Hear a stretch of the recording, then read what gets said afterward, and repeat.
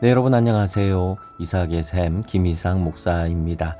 한 주간의 시작인 월요일입니다. 말씀으로 우리 힘차게 시작하고 새 힘, 새 능력을 얻는 시간 되시기를 소망합니다. 오늘 말씀은 고린도전서 16장 1절의 말씀입니다. 성도를 위하는 연보에 관하여는 내가 갈라디아 사람들에게 명한 것 같이 너희도 그렇게 하라. 매주 첫날에 너희 각 사람이 수입에 따라 모아두어서 내가 갈 때에 연보를 하지 않게 하라.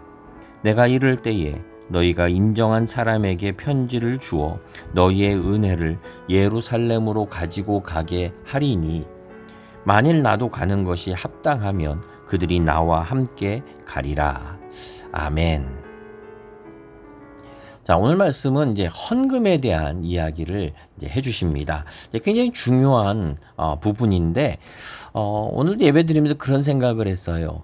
우리가 정말 하나님을 사랑하고 말씀대로 살아가는 하나님의 백성이다 라고 하는 것을 어떻게 증명할 수 있을까?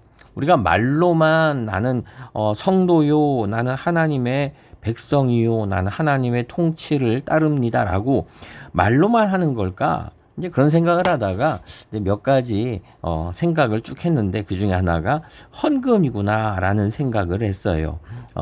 돈이 있는 곳에 사실 진짜 자기 마음이 있는 거지요.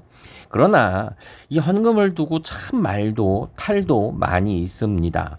이제 그것은 이제 여러 가지 이유가 있겠지만 이제 헌금의 이제 목적이나 또는 사용 방법이나 또는 투명성이나 이런 것들에 많은 문제가 있기 때문이겠지요.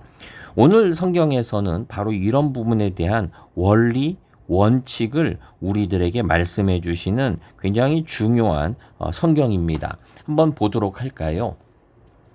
자, 16장에서 이 헌금에 대한 문제가 왜 등장하냐면은요, 구제 때문입니다. 특히, 예루살렘에 이 헌금을 가져갈 건데, 예루살렘에 그 당시에 큰 기근이 닥쳤습니다. 그래서 성도들이 이제 이건 기근이라고 하는 것은 이건 절대적인 그 생명의 문제죠. 상대적인 게 아니라 이건 절대적으로 먹을 게 없는 그런 상황이에요.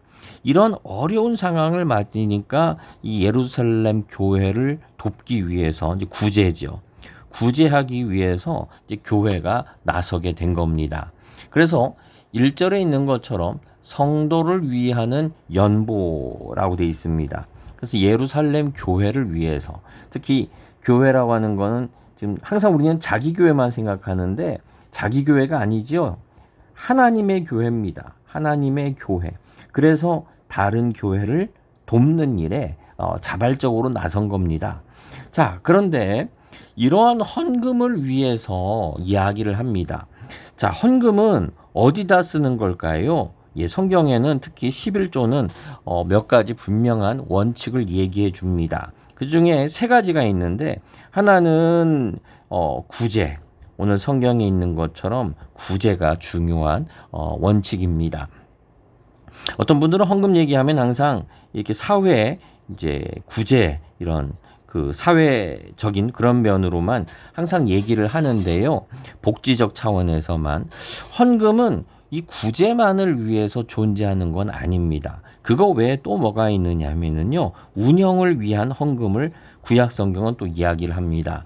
그래서 성전을 운영하는데 이 11조와 헌금이 사용됩니다. 그리고 또 하나는 축제 또는 기쁨, 하나님께서 주신 것들을 함께 기뻐하기 위하여 이 헌금이 사용되도록 그렇게 구약은 규정하고 있습니다.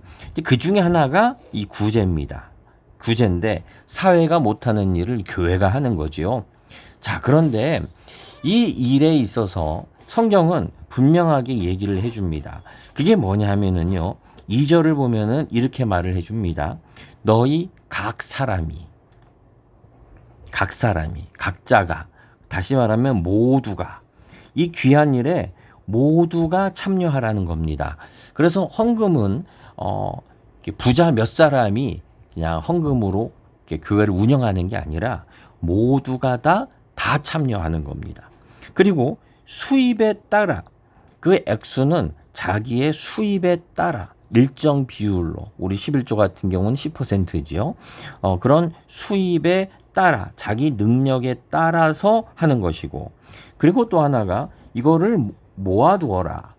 헌금을 그냥 그때그때 교회가 가끔 보면은 이 재정을 그냥 당장 그 쓸 것만 겨우겨우 되는 때가 있습니다. 그건 옳지 않습니다. 모아 두어야 합니다. 그래서 당장 구제할 곳이 없더라도 구제 헌금을 모아두고 선교 헌금을 모아두고 건축 헌금을 모아두고 그렇게 다시 말하면 계획적이라는 거죠. 미래를 보고 계획적으로 이렇게 준비를 하고 그리고 이것을 가지고 어떻게 하느냐? 인정한 사람에게 전달을 합니다. 지금이야 은행 송금이 있지만 과거에는 없지요. 지금 헌금을 하게 되면 자루 안에다가 헌금을 큰 돈을 넣어가지고 가지고 가야 됩니다. 그러니까 어떻게 해야 됩니까? 위험성이 있지요. 사람에게 유혹의 마음도 들 수도 있고 또 오고 가다 강도를 만날 수도 있는 거예요. 그래서 그런 과정에서 인정함을 받는 사람에게 교회 재정을 사람이 없다고 아무에게나 맡기면 안 되는 겁니다. 인정함을 성도들의 인정함을 또 그 능력을 인정받은 정직함을 인정받은 사람에게 사람을 통해서 이것을 해야 되는 것입니다. 성경은 이렇게 이러한 분명한 원리에 대해 원칙에 대해서 이야기를 합니다. 그냥 그 허겁지겁 그냥 하면 안 됩니다. 매주 첫날에 정확하게 날짜를 정해놨습니다. 우리는 지금 같은 경우는 월급이 들어오는 날에 수입이 있는 날에 그래서 이건 꾸준함입니다. 꾸준함, 한결같음. 우리의 믿음이 좋을 때만 하는 게 아니라 어려울 때도 여러분 교회가 너무 좋을 때도 헌금하는 게 아니라 바쁠 때도 한결같이 모두가 다 자기 능력에 따라 그리고 계획적으로 그리고 인정한 사람, 투명성이죠. 투명한 그러한 방법으로 통해서 이렇게 하여야 한다라고 하는 것을 성경에서 말씀해 줍니다. 물론 이런 것들을 따른다고 모든 것이 다 잘 되는 건 아닙니다. 그러나 우리 이게 교회가 또 성도들이 우리가 이러한 원리는 알고 있어야 되며 따라야 하는 것입니다. 성경에서 오늘 특히 헌금은 오늘 연보라고 불렀습니다. 바울은 헌금을 다른 말로도 썼습니다.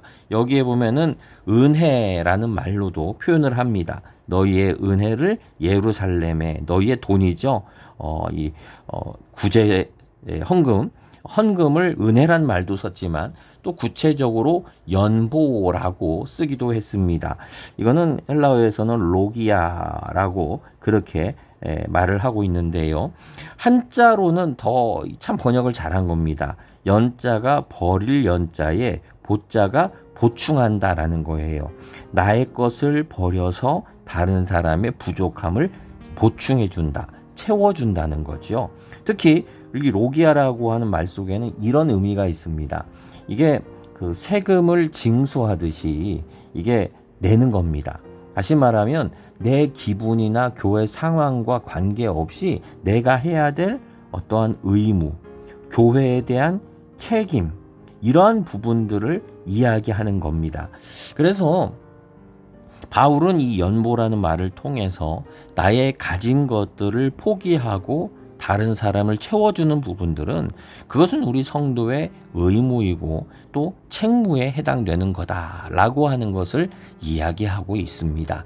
오늘은 우리가 헌금에 대한 이야기를 좀 굉장히 많은 이야기를 압축해서 들었습니다. 여러분 우리가 하나님께 드리는 헌금에 대해서 이러한 원리를 기억하고 드리기를 원합니다. 행여라도 헌금 드리면서 나 자신을 속이거나 또는 아까워하거나 또는 이걸 가지고 기쁘게 드리지 못하는 그런 시험에 들지 않고 기쁘게 영혼을 살리고 또 구제를 하고 하나님 나라를 드러내는 귀한 일에 쓰여지도록 우리가 기도하고 또한 기쁨으로 드리기를 소망합니다. 기도하겠습니다. 주님, 헌금에 있어서 하나님 우리가 항상 어려움을 겪습니다. 그러나 하나님, 이것들을 통하여서 또 귀하고 놀라운 하나님 나라 역사가 벌어지는 것을 믿습니다. 하나님, 지금처럼 또한 앞으로도 더 놀라운 역사들이 하나님 이 귀한 헌금들을 통하여 연보를 통하여 일어나게 하옵소서. 예수님의 이름으로 기도드립니다. 아멘.